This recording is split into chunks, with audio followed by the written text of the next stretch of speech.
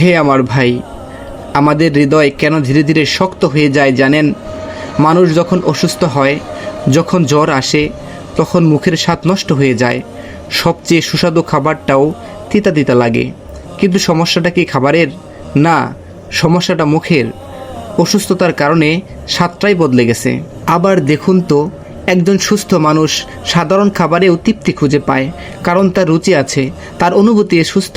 ঠিক তেমনি যখন মানুষের দিল অসুস্থ হয়ে যায়, যখন দুনিয়ার মোহ, অহংকার আর নফসের ধুলো দিলটাকে ঢেকে ফেলে, তখন আখিরাতের কথা আর ভালো লাগে না, কোরআনের কথা ভারী লাগে, নামাজ ক্লান্তিকর মনে হয়, ইবাদতে শান্তি পাওয়া যায় না। তখন মানুষ ভাবে হয়তো এসবের মধ্যে কোনো সৌন্দর্য নেই। না ভাই, সমস্যাটা আখিরাতের নয়, সমস্যাটা আপনার দিলের।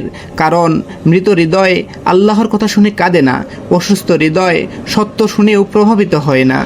যেমন জ্বরে আক্রান্ত মানুষকে রুচি না থাকলেও ওষুধ খেতে হয়, খাবার খেতে হয়, একসময় তার মুখের তিতাভাব চলে যায়, স্বাদ ফিরে আসে।